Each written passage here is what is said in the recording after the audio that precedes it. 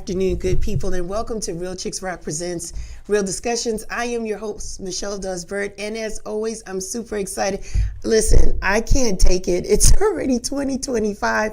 I don't know what happened to 24. 24 just went just like that. And now we're in 25. It's January. We can't even say Happy New Year anymore because we're so many days into the new year. We can't even do it. But it's a lot of things on the horizon. I think that because of the new administration that's going into office in a few weeks, I think people are just heads down, doing what they need to do to buckle down, embrace the next couple of years on what's going on. But things are still happening in a positive way. Despite that, when you talk to people individually, there's still an excitement about 2025. And so I'm excited about what this new year is going to bring. I have a graduating senior from high school.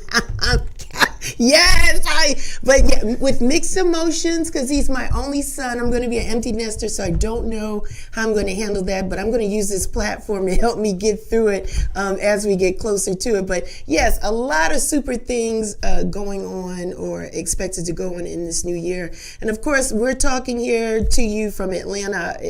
The weather is up and down. It's in the mid-50s today. Yesterday was cold. I was bundled up. I had the hat, the scarf, the whole thing. Today is a little bit kinder, but global warming at its best. But we're just glad to be above ground, just to be here and have an opportunity to just sit and talk with you today. Listen, I want to welcome all the new listeners. Thank you so much for leaning in and checking out our conversation today. Let me give you a little bit of background about what Real Chicks Rock is all about. It's all about creatively collaborating to connect and raise awareness regarding issues that impact women. And we've been doing things over the past several years, community service, mentoring, public speaking, and we've been doing this platform since April of 2016. So we have an anniversary coming in the next couple of months. We're super excited. And it's these type of guests that we have that allows me to smile so bright and lean in and get excited about the conversation. Today's topic is how art shapes cultural reawakening. Yes, and my guest today is Dr. Fahamu Peku. How are you? I am excellent and thrilled to be here. Oh my goodness, I'm super excited. I told him before we got started, I just was so excited. I'm going to just jump right in because I got a lot of questions and things I want to cover. Where are you from? I am originally from Brooklyn. Yeah, I felt that. Born in Brooklyn, but I grew up in South Carolina. Did you really? Yeah. Wait, how old were you when you moved to South Carolina? Do you remember? 5. And you still claim Brooklyn? I do. You got that flavor. Yeah. Do you get to go home a lot to re-up on your swag? I used to go much more frequently than I go now, but now I still go maybe once or twice a year. Okay. But yeah, I love Brooklyn. It's always, a great place to kind of go and reset, recharge, and re-up, as we say in the streets. Yeah. I'm from the Bronx, so I know exactly what you're talking about. What was life like for you in South Carolina? Were you on the coastal? What part of South Carolina did you grow up in? We were in an area called the PD region, which is like Florence, Darlington, Camden. It's not too far from the coast, but far enough that you're not on the coast. I'll be completely frank with you. My experience in South Carolina was tumultuous. But in that I found my passion for art and creativity, and learned learned a lot about community. Were you self-taught? Yeah. You self-taught yourself? Yeah. So what was your first, from your artistic expression, was it always acrylics and oils and canvas, or was it just pencil drawings? How did you start? Yeah, I started out with pencils and crayons and chalk. Really? Yeah, like, so, one of my earliest memories is being in like first grade. And you remember those spiral notebooks? Yes, it'd be like different colors, red, blue, green, blah, blah, blah. Yes. So I used to live in front of the television watching cartoons, and I would I taught myself to draw, watching cartoons like the Flintstones or Bugs Bunny. Back then cartoons were a lot less sophisticated, so a character would just kind of be there, stiff, and their mouth would move, right? And so my thing was to try to draw them before they moved again. Really? So I would draw the Smurfs and the Flintstones and things like that on my on the covers of those notebooks. Notebooks. But then I realized at some point that I could reverse shade with an eraser. I could take away color, right? And so I was doing that kind of thing, and kids in my class would be like, "Oh, can you draw that on my notebook?" And if we behaved well, during the day or the week on a Friday, like our teacher would invite me up to draw on the chalkboard. So drawing with pencil, crayon, like that was art. That was the only thing that I knew about art. I never saw a painting. I never touched painting. I never saw sculpture. I never went to a gallery or a museum until I was in college. Really? What college did you attend? I went to the Atlanta College of Art. Nice. Nice. And what drew you to Atlanta? Was it just the college itself? Yes. Like just coming here? So when you went to college, then you got really open, right? Then you got exposed to different textures and styles. But did you always revert back to the drawing? Was that your space? Well, drawing is very fundamental to any artistic practice. You name any artist, regardless of what medium they work in. One of the ways you work out your idea is drawing and sketching, doodling, But yeah, I didn't know anything about Atlanta before I moved here. I knew, of course, of the Atlanta Braves because my great aunt used to watch baseball. The Braves. And you knew about Martin Luther King, right? Yes, but I didn't make the I don't know that I made the connection between Atlanta and Martin Luther King. I really didn't know anything about Atlanta, and so coming here. The reason that I came here was that I was, as a kid, I knew I wanted to be an artist. Anybody who would ask me, I would tell them I wanted to be an artist. And people would always say, "Oh, artists never make any money until they die, or you got to be a starving artist." And I was like, I'm already skinny enough. You can't starve no more. Too. So, as a 6, 7, 8-year-old, I'm trying to figure out how do artists make money? Because I want to do this. I don't want to do anything else. And when I was in the 4th grade, about 9 years old, we read this thing in school one day about Charles Schulz, who created the Peanuts. And it referred to him as an animator. I'd never heard that word before. Right. And mind you, all I did was watch cartoons, but I never thought about the people who made cartoons as a viable career path or anything like that. Anyway, I raced home that day. We had this set of encyclopedias from 1968. I raced home. I grabbed the A encyclopedia. I looked up animator.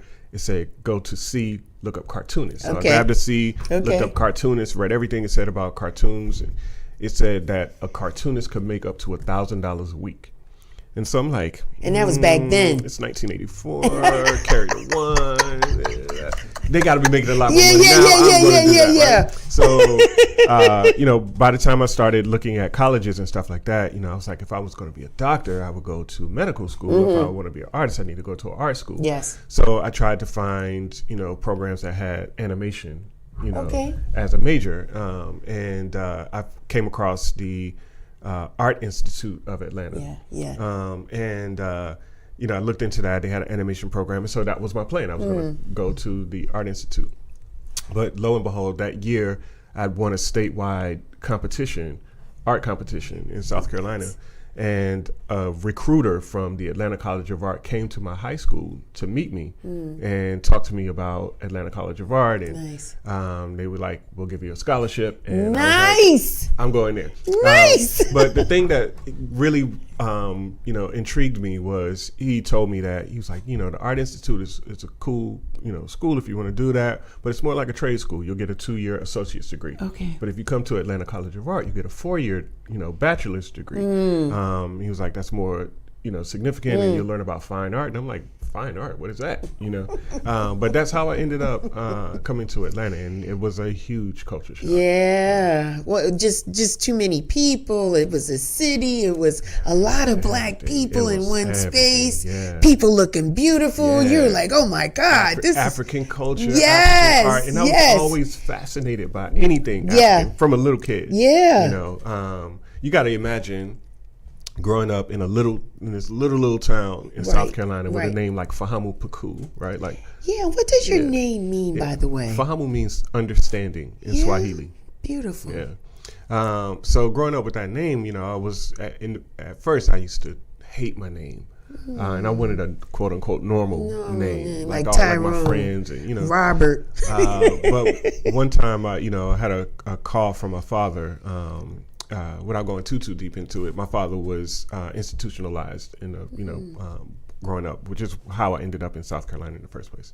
And he called me one time. It was like for my birthday or something, and during our conversation, he was like, "Do you know what your name means?" And I was like, my name means something. And that's when he told me that, Swahili, it means understanding. And he was like talking to me about like, African culture and why, we should celebrate our heritage. Yes. And, my parents were both Pan-Africanists and, like really, really deep into all of that stuff. So that set me off on a course. Like I was fascinated, intrigued by anything that had to do with African culture. So coming to Atlanta and, seeing places like there was a store, an underground mall that was just all African art. I remember that store. The National Black Arts Festival. Seeing people in African gear in the West End. Yeah, Shrine of Black Madonna. You know what I mean? Like, it was beautiful, I used to hang out in those stores with my sketchbook and just draw masks and sculptures. Yeah. You know what I mean? Because I was just so drawn to it. Yeah. Mm-hmm. Atlanta was the thing. So coming to Atlanta, seeing all of this, you have something awaken inside of you. What was the artistic scene for you then? Did you feel that you as a young artist had opportunities, or you were still trying to find your way artistically? How was it for you then? Yeah, it was a bit of it was awkward. Yeah. I didn't grow up surrounded by art. Yes. You know what I mean? Yeah. And so I didn't have the same relationship to art that some of my peers and contemporaries had. And so, there were times that I butt heads with professors and stuff like that, because my drawing style was very much influenced by Black Bart Simpson and you know what I mean? Like that kind of stuff. I used to make my own comic books, growing up, because, I couldn't buy them. There was no comic book store where I grew up, you know what I mean? Yeah. So I knew comic books existed, but I just made my own, you know? So I had I was very focused and intentional about what I was trying to do, but at the same time, I was being introduced to this world that was so foreign, but also exciting. Yeah. I had a really good friend named Quashel Curtis, who is from the Bronx, and we became instant friends, like as soon as school started. Yeah. And, she used to hang out with me in my dorm room, and she was a painter, like serious. She had gone to LaGuardia, like the School of Performing Arts in New York, and she was already showing in galleries and stuff like that when we were freshmen in college. Wow. And so she would be like, yeah, those cartoons and everything are cute, but come with me to this museum. And so she started taking me in. Okay, this is Manet, and this is what Manet does, and this is Van Gogh, and this is what Van Gogh does, and that, what I mean? So she's breaking stuff down to me. Right. And I used to sit in my room drawing cartoons all day, but then I started painting those cartoons, and then I started painting them even larger, and then I stopped making cartoons altogether and just started painting. But the scene, I would say, I can't really speak on the Atlanta scene too broadly in those first few years of being in Atlanta, because I was very insulated, by my college experience. I didn't venture very far from campus, the most I might go away from campus is like Underground Mall or Lenox Mall. Okay. But I didn't have a car, so if you couldn't get there on MARTA, you wasn't going anywhere. You wasn't going anywhere. And I didn't really know anything about the city like that, right? Excuse me. It wasn't until just before I graduated in my senior year that I got introduced to Yin Yang Cafe, and that changed everything. Changed your whole world. Everything. Who introduced you to that? How did you come on to that? So one of my schoolmates was a young woman. Her name is Krista Clark. Amazing artist. Yes. Amazing artist. But she had two older sisters. One of her older sisters, Melissa, used to come by and hang out with us sometimes. And one day Melissa was there and she was like, yo, I went to this place called Yin Yang. I think you would really like it. You know, she was like, it's a cool vibe. I think you should go. You know, the next time I go, I'll let you know. And so the next time, you know, she got ready to go, she invited me along with her and changed your life. Changed my life. For the people that are listening that don't know, what was it about Yin Yang Cafe? Describe what it was from your perspective, because everybody has their own perspective and experience. So share yours. Yeah. That first night that I was in Yin Yang, I remember distinctly, like I think it was a poetry night.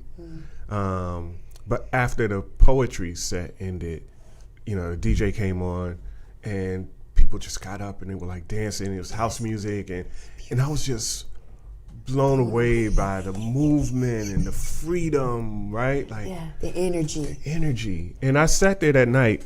I didn't even have a sketchbook or anything. I happened to have a pen, or borrowed a pen from somebody, and I was drawing on napkins. Really? Drawing people dancing. I love it. You know? But Yin Yang was, I often refer to Yin Yang like grad school. For you. It was a nucleus of young, Black brilliance. Everybody from the AUC, you know, homegrowns from Atlanta, transplants, all creatives. Yes. All creatives, you know, and you name it, poetry, musicians, rappers, dancers, actors, painters. Yes. You know what I mean? Like DJs, everything. Everybody hung out there and really, like, that's where my sense of community was born. Yes. You know, I have very great relationships with people that I met that first night at Yin Yang to this day. And we've grown up together.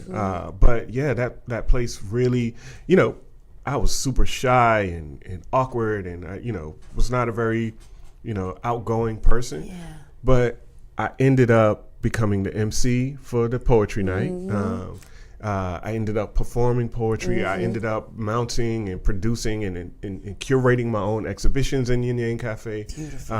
You know, I began my career doing graphic design, designing flyers and stuff like that for Yin Yang Cafe. So it was like, it really was an entire universe. Yes. And as a young Black creative, it was the kind of affirming and supportive environment that we all needed. You know, I mean, I remember bringing India Ari up the very first time she ever performed on stage. You know, John Good, the poet and author, and, you know, MC John always makes jokes about you know, his first time coming up on stage, and then me giving him a critique, you know, of his performance that he, you know, was able to, you know, respond to and put back into his work, and that changed, you know, things, you know what I mean? So it's like just seeing how all of us like kind of came through that space, and, you know, and where you guys are now is even more beautiful because to your point, you guys were younger. They're not knowing, coming out of college, first loves, first relationships, for some people first marriages and things like that. And now to still have those relationships today as grown adults and leaving a footprint in Atlanta is amazing.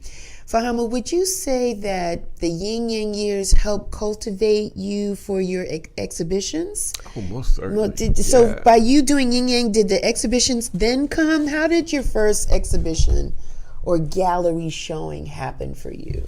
So yes, and like I mentioned before, you know, I would approach the owners of Yin Yang and be like, you know, can I do an art show in here?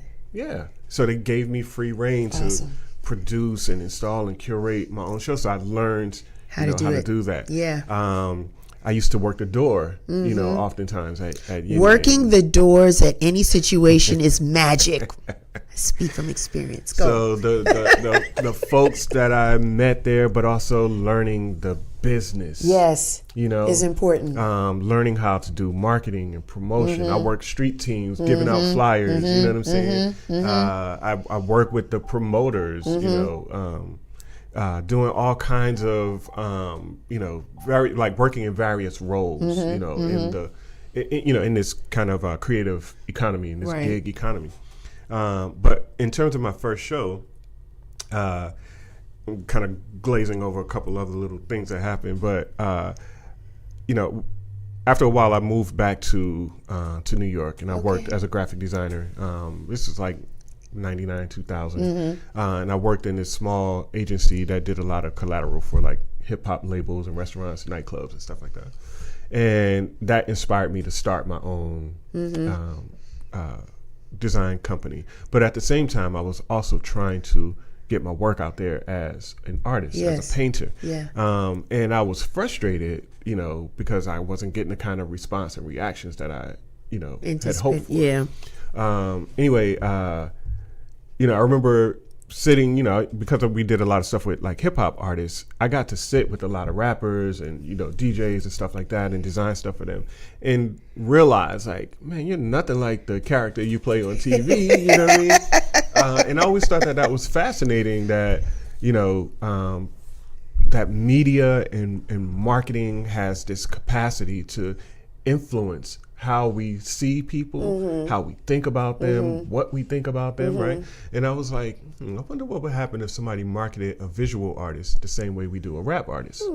Would people respond the same way? Right. Kind of found out a way in the back of my head. Okay. A couple years later, I came up with a campaign called Fahamu Paku is the shit. And the whole idea was that I was going to market myself a visual artist, using the same tactics and techniques that I would use for my hip hop clients. Right. And so he's wearing the brand, by the way. Wearing the brand, by the way. So I started making these like, posters and stickers of like this illustration that I did of myself with no shirt on, just looking really hard. Yeah. And it was really kind of a joke. Like I was making fun of like the marketing campaign for 50 Cent when he first dropped, right? Which was ubiquitous. Like he was everywhere. And I was like, I need to do something like that. So, I started doing those kinds of things and making T-shirts and, again, just kind of using my street team knowledge and putting stuff out on the street just to kind of see what would happen. Yeah. And it took off like a rocket. Like everyone was like, who is this Fahamu guy? Why is he the shit? What does that even mean? What does he do? Because it didn't say what I did. You just said use the shit. Yeah, that's it. And ultimately, I started making paintings based on this character that I created, this persona that I created. That's what that is. Yeah. And one day there was are you familiar with Art Beats and Lyrics? Yes, absolutely. They got a big shout out to W and Jabari. Yes. But they had done a couple of iterations of Art Beats and Lyrics and Little 5 Points, and I participated in those. And then they got invited to do a college night at the High Museum. Now, if you know anything about the High, yeah, I do. Especially in those days, they were not welcoming to at all the community in the ways that they are at now. all. And I mean, I went to the Atlanta College of Art, which shared the campus with the High Museum, and as students, they gave us a hard time about coming in there. Anyway, with this invitation, everybody on the art scene is amped. We're about to show in the High? Oh, we're going off. You go. And so that day of the show, I was passing out, shirts to different people, that I knew and asking them to wear it to the opening because I wanted to create a scene. And there was at that time I was my studio and office was in Castleberry Hill. There were 14 art galleries in that neighborhood, and I had gone door to door to 13 of them. Multiple occasions, trying to get them to look at my work and consider giving me a show, and they wouldn't give me the time of day. Gosh. Now, there was one gallery that was directly across the street from me that was run by a gentleman named Bill Bounds. The gallery was called Ty Stokes Gallery. And I would often see Bill, when I arrived at my studios in the morning, he would be coming back from his morning run or something. And Bill was, 60-something-year-old white dude, white hair, banker. And he would see me, we would chat sometimes when we saw each other. And I always thought he was amusing because he would be like, "Hey, did you hear that new Wu-Tang album?" I'm like, "Bill, what you know about Wu-Tang?" But he knew his he knew his stuff. He knew his stuff. Okay. On this one day of the Art Beats and Lyrics thing, I saw Bill and I said, "Bill, are you going to this Art Beats and Lyrics thing?" He was like, "Man, young black artist at the high? Yeah, I'll be there." And I was like, "Well, will you wear one of my shirts?" He was like, "Sure, of course." So I invited him into my studio to get a shirt. And I ran upstairs to get the T-shirt, and I came back down, and the paintings that I was going to show were lined up on the wall. I came down, and Bill was standing there like this, holding his head. Yeah. And he was like, "You painted these?" And I said, "Yeah." He was like, "You should put these in my gallery." There you go. There it is. That's how my career started. There it is. There it is. And let's talk about that. You said a lot. You said a lot. Because Arts, Beats, and Lyrics is still dope to this day. Shouts out to Andre, follow the hat, MC and most of the stuff when I attend. But the installations at Arts, Beat, and Lyric are so huge and beautiful. Let's talk about that. And still been doing it. They just celebrated 20 years. Yeah. So it's over 20 years that they've been doing this. Setting some context for the High. The High Museum, yeah, right. You're lucky to get membership just back then, because it was very stiff and stifled. Coming from New York, sometimes we're a little snobbish and we're like, "This ain't no real museum. It's all small. You ain't really got nothing here I want to see." I want to tip my hat to them now due to evolution. Oh yeah. And I think COVID really shook the dust off of their feet, because they're definitely in a very creative space, and we're there. Yeah. And we're there. And so to see even Giants and different exhibits that have been there, the Obamas when they were there, just some great work. Is just like, wow, I'm proud and happy to be a member of the High Museum. So I know you turned it out then. The response that day was like phenomenal, right? It was crazy. Everybody you knew and then some, right? Got the word out, everybody's there. So then they tied in this brand to the artist. So they finally got to meet you. So then what was next for you? Did that open the door with the collaboration of your exhibit being in the gallery across the street now and just all this other work? Did that start to kind of get you going? Oh, most certainly. There was an article that came out after, that event at the High Museum. And, there was a couple paragraphs about the event, but the rest of the article was talking about me. Really? Because, I showed up with like a bodyguard, you know what I mean? You thought you was Prince. You thought you was Prince. But, for me, it was all a part. It was like performance art, right?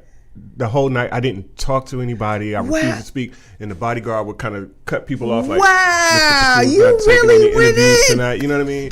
And I had my homegirl Honey. She was like my date for the night, and so like people would be trying to talk to me, but Honey would be like, "Yeah, what Fahama was saying in this piece, and he's going, and so it was like a whole little thing, and I just kind of played it back, dark glasses on, just kind of, and so that kind of created this like cult of legend, you know what I mean? Yes. And I, continue to do these kinds of performances for a couple of years. Yeah. But the show that I did with Bill at Ty Stokes, that was April of 2005, and I had my show with Bill in December of 2005. Okay. So this is my first solo show in a gallery. Yeah. And as we were working towards the opening of the show, Bill, who had lived in Texas for many years, shared some of my work with a friend of his who owns a gallery in Dallas. And she was like, "Oh, this is amazing. I want to show this right away." So I opened the show with Bill the beginning of December. 3 weeks later, I opened another show in Dallas. A collector from there who bought a piece and also owns a gallery in San Francisco. That was it. Was like, "I want to do a show with you in San Francisco." So a couple months later, a show in San Francisco. And then, a couple months after that, I got picked up by a gallery in New York. And so it just started snowballing. Wow. And like I said, it was a really, really like amazing, introduction. Yeah. Into it. Kind of kicked the door in. Ooh. And a part of it was also the work was about like destabilizing perceptions of Black people in media, but also about the absence and erasure of Black people in the art world. Yeah. So I had this character that sort of embodied all of this like stereotypes and bravado, of hip hop culture. Yes. But on the covers of these really highbrow art magazines. So the paintings were giant replicas of magazine covers of like Art in America, Art News, you name it, any highbrow art magazine, but with this character, sunglasses on, smoking a cigar, grabbing his crotch, throwing up a middle finger, you know what I'm saying? It was like, this real compelling juxtaposition that, for me was important because, up until that point, one of the things that I and a lot of other Black artists were struggling with was being typecast and pigeonholed, Black visual artists, I should say, being typecast and pigeonholed by the art establishment that was not really embracing of Black art and Black artists. And so a lot of people that I knew, a lot of artists that I knew were trying to do things like change the skin color or not paint people at all, or, to do things so that they wouldn't be seen as a Black artist, which meant if you got seen as a Black artist, the only time you got to show your work was in February. I know. And then the rest of the year you sit there like this. And so, I intentionally went the opposite direction. Sure did. It was like, no, I'm gonna give you all this Black. You sure did. You put it in our faces. And to me, Fahamu, that makes it feels like you're radical. You're so radical in your art. It feels like you're an activist as well in the messages that what you're saying.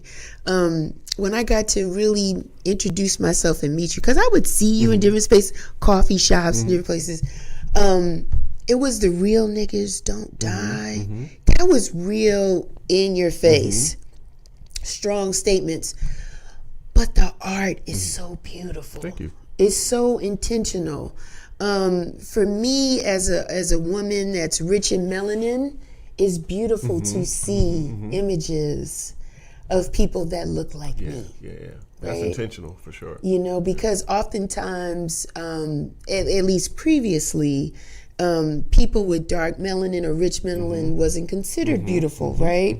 And the stereotypes that went with it, you worked in housekeeping, or you were the nanny, or you might have been full figured, and your hair was in a bandana or scarf tied up.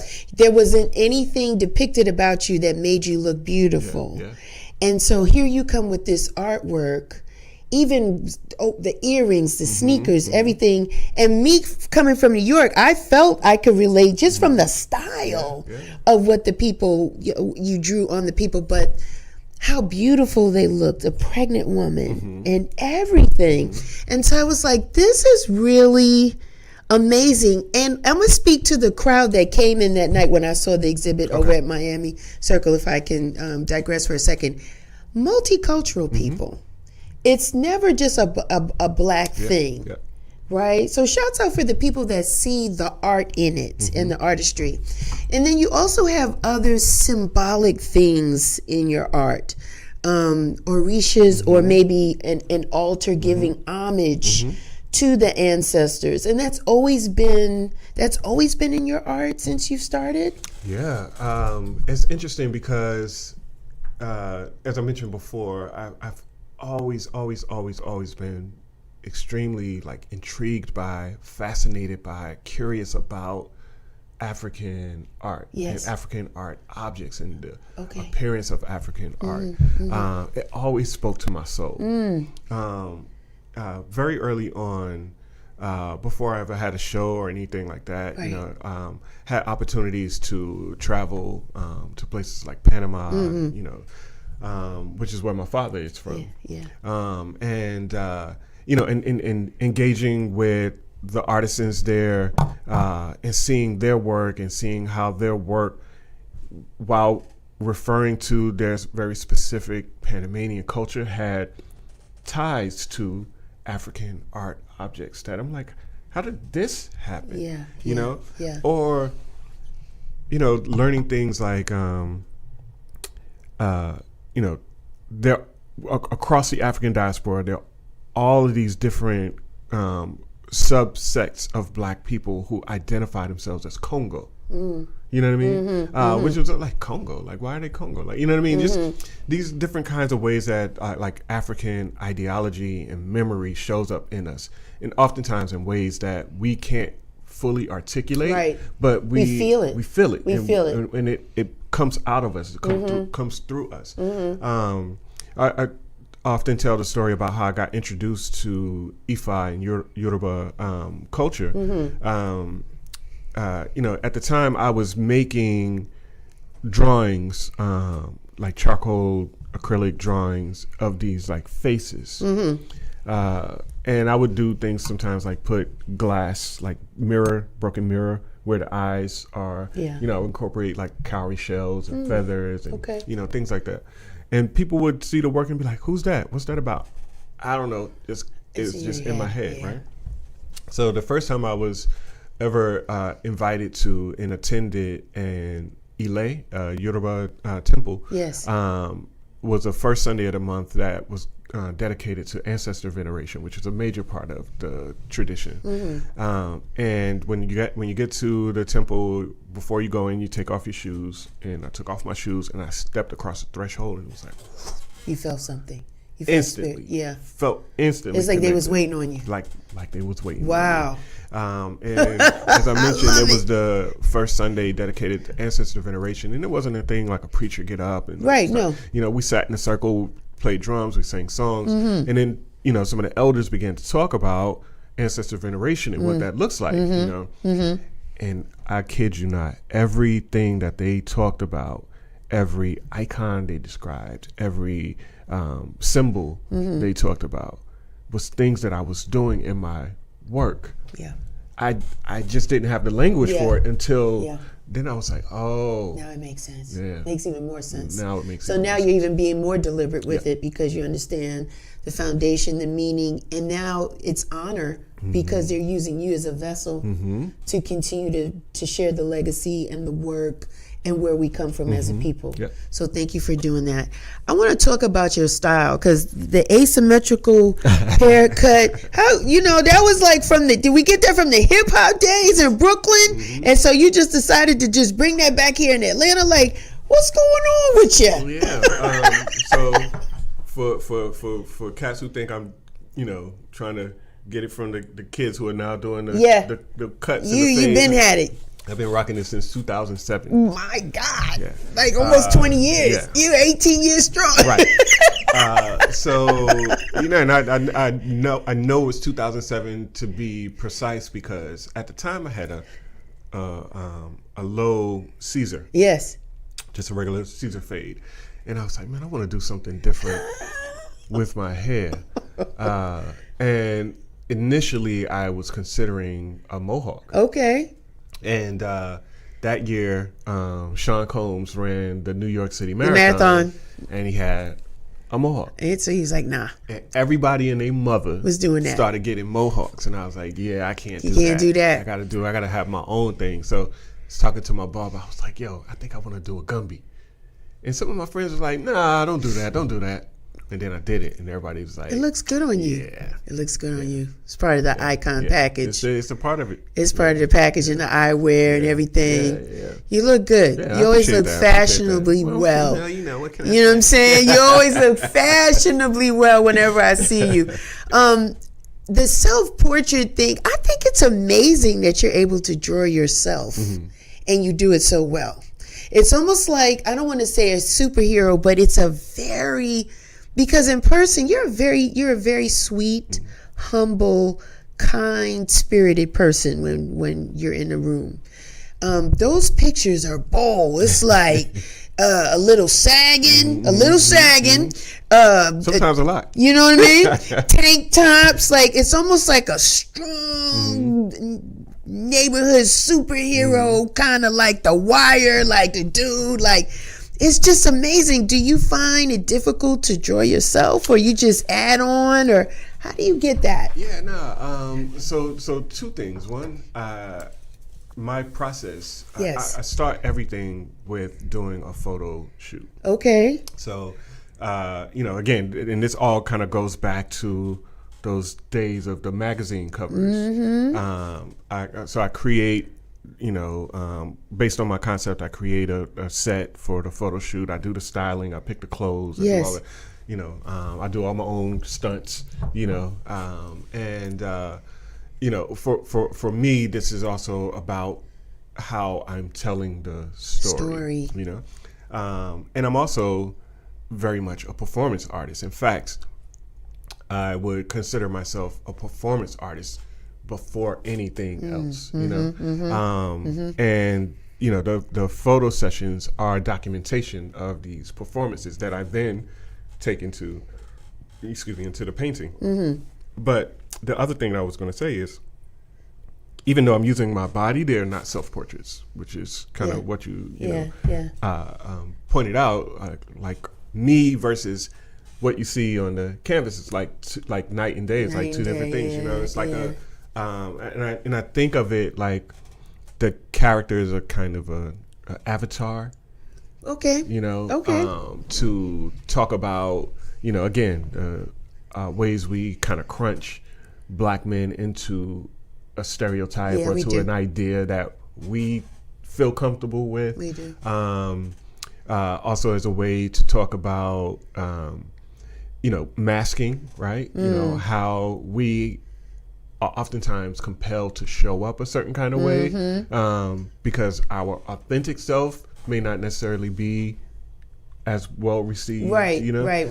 So how we play a part, how we play a role, but in doing so, in the repetition of using my own body and my own face in these works, it forces people to kind of reevaluate what they think or what they thought they knew.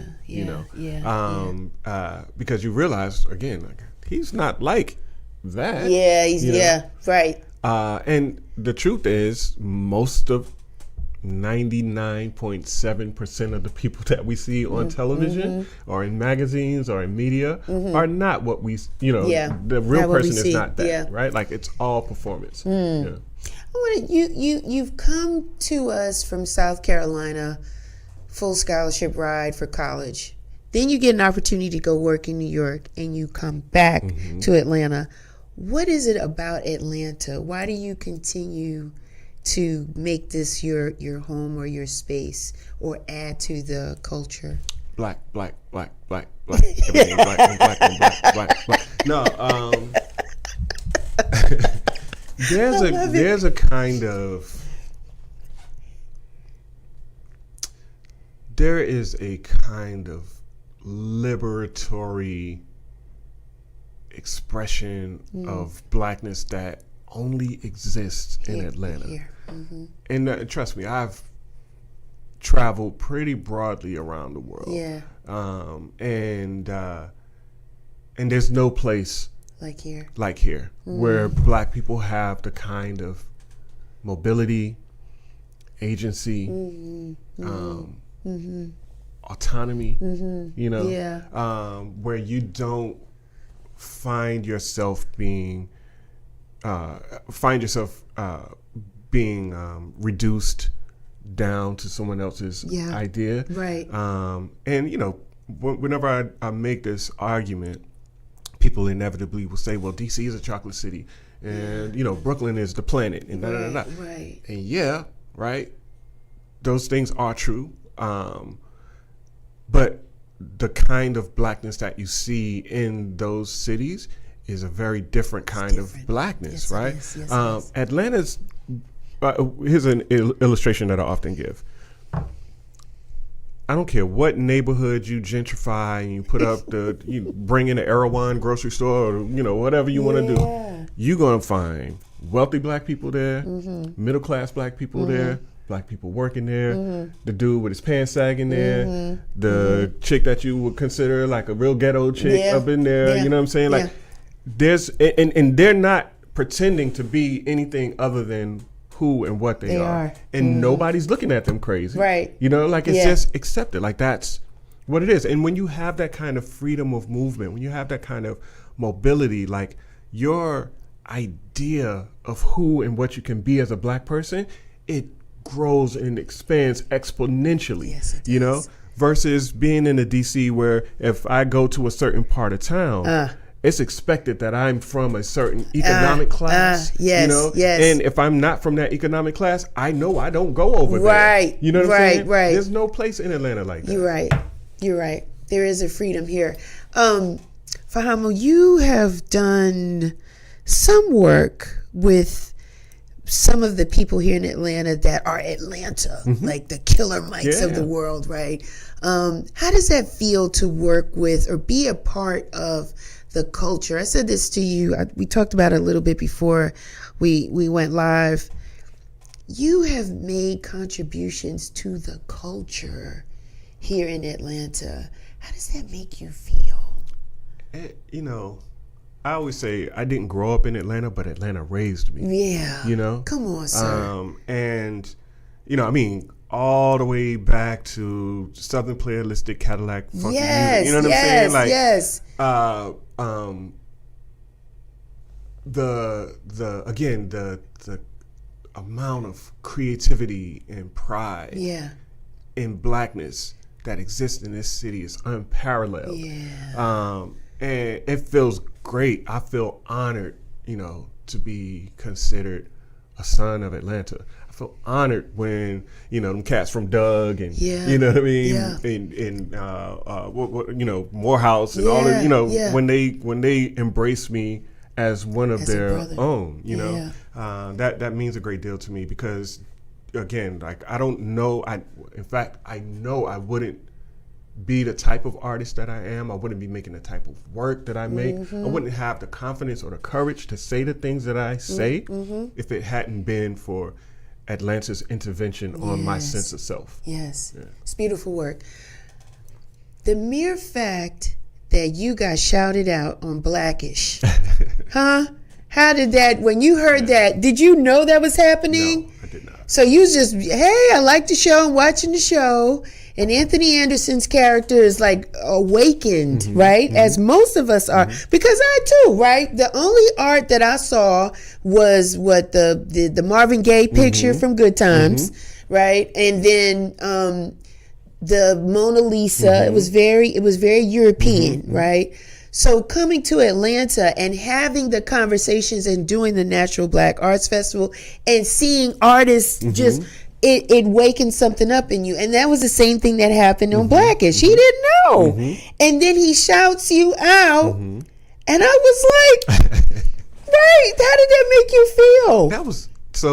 That for me was quite honestly one of many, but maybe one of the more prominent, like, full circle moments that I can point to in my life. It's beautiful, right? Beautiful. So, you know, as I mentioned before, I've aspired to be an artist since I could hold a pencil. Wow. And that was largely and directly inspired by JJ on Good Times. All right now. Come on now. Come on now. You know, those paintings that JJ made on Good Times were paintings by an artist named Ernie Barnes. Ernie Barnes, yes. But I used to watch Good Times just to see what was going to be on JJ's easel. Yeah. You know, I fell in love with art because of JJ. Isn't that something? And, you know, when Blackish, I think it was after the end of the first season, I got an email from Kenya Barris, who created the show. Oh, that's and nice. He had the painting. He was like, I want your permission to use this piece in the Johnson family house. And it hung next to the door from seasons 2 through 8. It's in so many scenes. And to see, you know, like I got my bug, the seed was planted in me from watching, you know, TV, black television, and watching a black man on TV, you know, who was an artist. Now, mind you, here's my gripe. name for me one other black male figure from popular media who's a visual artist. No, we can't name him, but no. We think of Basquiat, but he's not a visual artist. Well, I mean, Basquiat is a visual artist, but I mean, like in television and movies. No, I can't name a character who was written as a artist. Nope, I got nothing. Yeah. I got nothing. Nope. Right? So, this is why, I tend to stress the point, which is why I make the kind of work that I make, which is why I paint the types of subjects that I paint, which is why I style them the way that I do. Yeah. Visibility matters. Yeah. Visibility matters. It's like Atlanta for me. The ways that I see black people of all stripes, all economic, education, social strata, from the top to the bottom, left to right. Yeah. You see it all, like your imagination for who and what you can be grows exponentially, right? It does. Because visibility is key. If you don't see yourself, you can't know yourself. Visibility is key. Yeah. Yeah. Amazing. You have a lot of your art in your home, right? Not really. No. Yeah, I have maybe 2 pieces that I made that hang in your house. Mm-hmm. Do you have collections of your work stored? Is it, so do you rotate them out, or those are the 2 that stay? Those are the 2 that stay. That stay all the time. How come you don't have more? Because,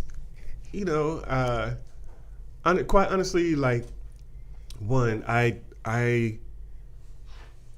see my work as a tool, as a balm. Okay. So I'm not doing it for you. For me, like I do it because I love it. Mm-hmm. You know what I mean? Mm-hmm. And I do it because it gives me. I know it's my purpose. Mm-hmm. You know what I mean? Mm-hmm.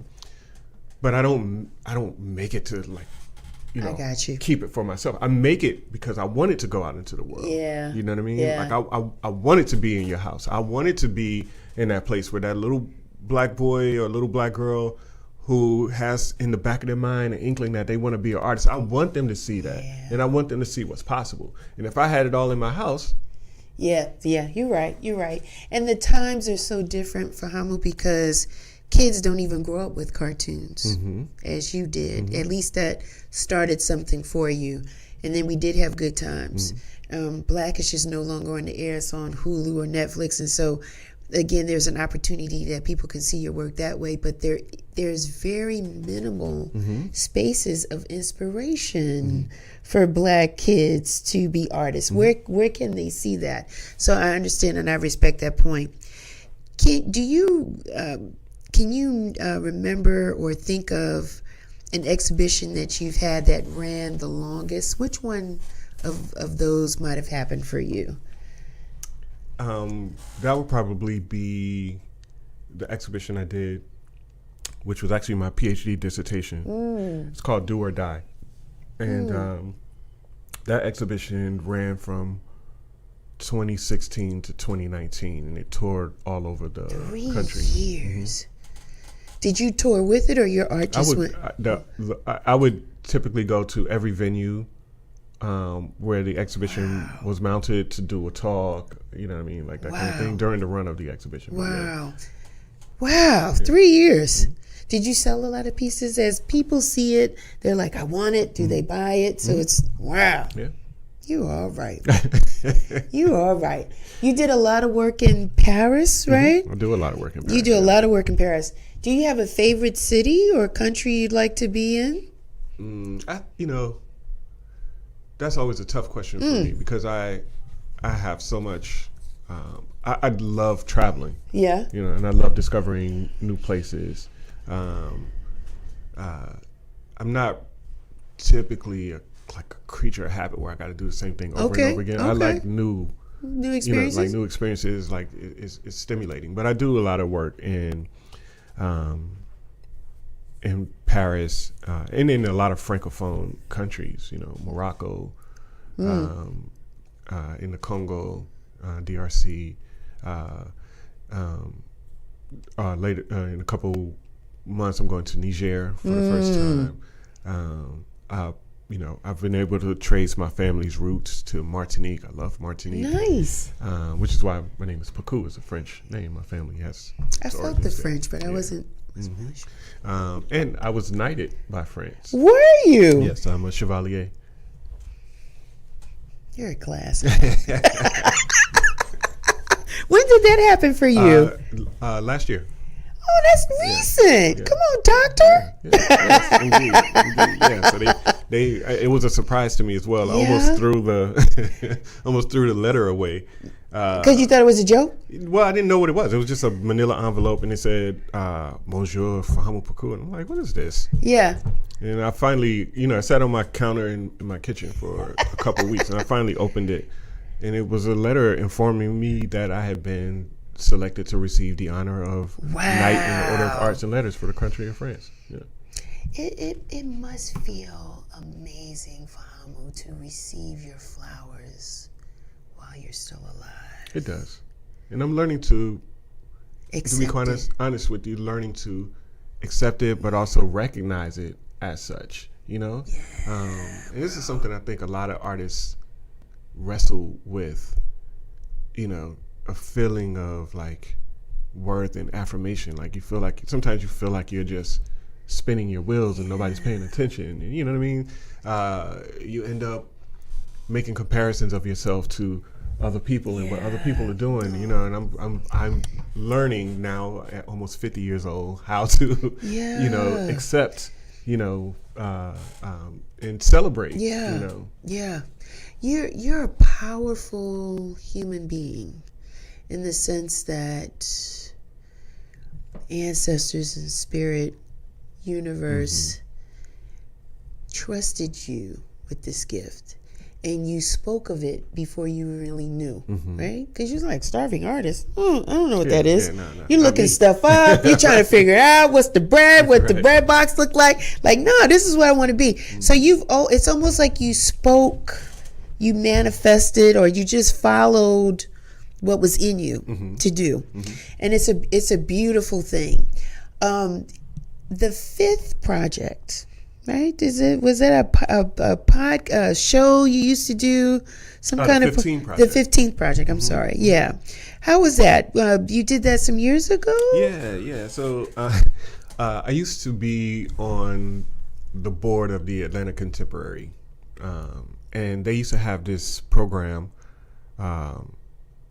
Like you get like 15 minutes with the director of the institution as an artist, to talk about whatever you're working on. Yeah. And, the program wasn't getting the kind of like response that they had hoped. And in the board meeting, we were talking about it, and I was like, I think what could help, because sometimes, you bring a guest on, particularly with artists, because artists can be really quirky and weird, one time that artist might be very interesting, another time this artist may not be as interesting, and you lose the momentum. Right. So it's like, it could be really cool if you had something consistent, like a host, who would always be able to regulate, regardless of who the guests are. Yeah. They were like, that sounds like a great idea. You should do something with that. And so I pitched them, this concept called the 15 Project. And it was loosely based on the Andy Warhol quote that everybody would be famous for 15 minutes. And so you get your 15 minutes of fame on my couch. He's so brilliant. So it's designed, the platform is designed after like a late night talk show like Jimmy Fallon or something like that. Yeah. And I'm the host. And there's 3 guests, that come out and interview for about 15 minutes. And then at the end, we have a DJ, and it turns into a party. Nice. And so I did that at the Contemporary for about 3 years. And then I kind of broke off and started doing it on my own. And, I really want to bring it back. But I was going to ask you. Had the brain space. Let me know. I'll work your door. Yeah. I would love to work your door. Yeah, I would love to bring that back because it's a lot of fun. And again, I'm a performance artist. Yes. I can, like, one-on-one, find me in a corner in the club, and I'm like this. Put me on a stage. Really? Oh, it's a whole other ballgame. I I love being on stage. I love performing. I love entertaining. I love telling jokes. You know, You're a dancer. You dance too. I dance. I sing. Dance. You know what I mean? You name it. Yeah. You like house music. You're all right with me. Yeah. You already know. Yeah. Those glasses you wear remind me of Kai Alce's brand of glasses. Really? Yeah, Kai has some dope. He's got a beautiful line. Shouts out to him. This conversation was amazing. You need to podcast or talk show or do the 15 project, or you need to do something. I know you're busy, but you gotta. Could we get something like once a quarter, maybe? Maybe. Again, it's twice a year. I promise you, Fahamu has no shortage of ideas for things. It's just capacity to execute on those visions. I mean, I'm writing films. I have, storylines for like comic books and graphic novels. I got my paintings. I got the museum that I started. I've got my family. Yeah, beautiful family. It's beautiful family. It's a lot that I'm doing on a day-to-day, but just trying to coordinate and manage everything effectively is it could be daunting. I know. Shouts out to your wife. She's beautiful. Yeah, thank you so much. She's a beautiful woman, just filled with love and support. Indeed. And so I could see, why you are in a space of clarity and you have peace because you have a beautiful wife to support you in your dreams and what you're doing. Directing is in you, right? Yep. Producing, writing, the whole thing. Like, you got a lot of stuff to do. Yeah. I have at this point I have 4 short films under my belt. 3 of which have won pretty major awards. Good for you. Congratulations. Yeah. This is just feels like this is just the beginning. Like there's a whole nother. I haven't even gotten started yet. I know. I'm still in the plastic. This is why I'm so honored, because I feel like I caught you just in the nick of time, because you're really going to blast off even more now that we have this thing called social media, right? The fact that you have been able to be successful without this and to think out of the box, then now you got social media and everything's digital and everything's a touch of your phone. Like this is could be exciting times for you, man. Yeah. Congratulations. Congratulations. What's next for you? What do you have on the horizon? Anything? I know some things you can't talk about, but just, maybe an exhibit coming up or maybe a concept. Share with us what you can, whatever you can. I have 3 exhibits coming up. Look at that. Not 1 or 2, in 2025. One is will be in Morocco in October. And it's a collection called Icarus. I've always been fascinated with that story of Icarus. Yeah. My take on Icarus is actually sort of a reframing of the narrative. Nice. And it begins with this quote from Albert Einstein. It says, "If you judge a fish by its ability to climb a tree, it'll live forever feeling inadequate." Right? Yeah, and so in my Icarus story, Icarus's fall isn't the end, it's actually the beginning. Yeah. Okay. In May, I am returning to Brooklyn and showing for the first time in New York since the pandemic, but my first time in Brooklyn ever. Yeah, that's going to be touching. Yeah, so it's on the eve of my 50th birthday, and the exhibition is a tribute, a veneration of the divine Black woman. Really? Yeah, and the name of the exhibition is "God Snapped When She Made Water in Black Women." Ooh. Ooh, I may have to go to Brooklyn to see that one. Yeah, so I'm super excited about that. Oh my gosh. I can see, I'm putting it in the atmosphere, your work in the Brooklyn Museum. Oh, most certainly. I got to get there. You got to. Yeah. Brooklyn's owned. You have enough beautiful work. Like, you could, like, really rock out like that. You hear that, Kimberly Gann, if you're listening? Yeah, like the Brooklyn Museum, like, is calling your name. Like, you belong in a space like that. Now and not when you transition. Like you should be able to live to see your work there and just sit in it. Like when people go to the Louvre in Paris, they just I went and I just sat in the rooms because it's just amazing. So people could just sit in your work. Good for you. Good for you. You have a book in you. You've written. You've got some books already. I have a couple books, but I'm working on a new book. Another one. You got so many stories. You're just a beautiful person. Good things. I appreciate that. You are a beautiful human being. I am honored to have you here. How can people find you? Oh, I'm real easy to find. So they say. Tell the people where they can find you. Where are you? I'm on Instagram. Yes. It's at Fahamu Peku, FAHAMUPECOU.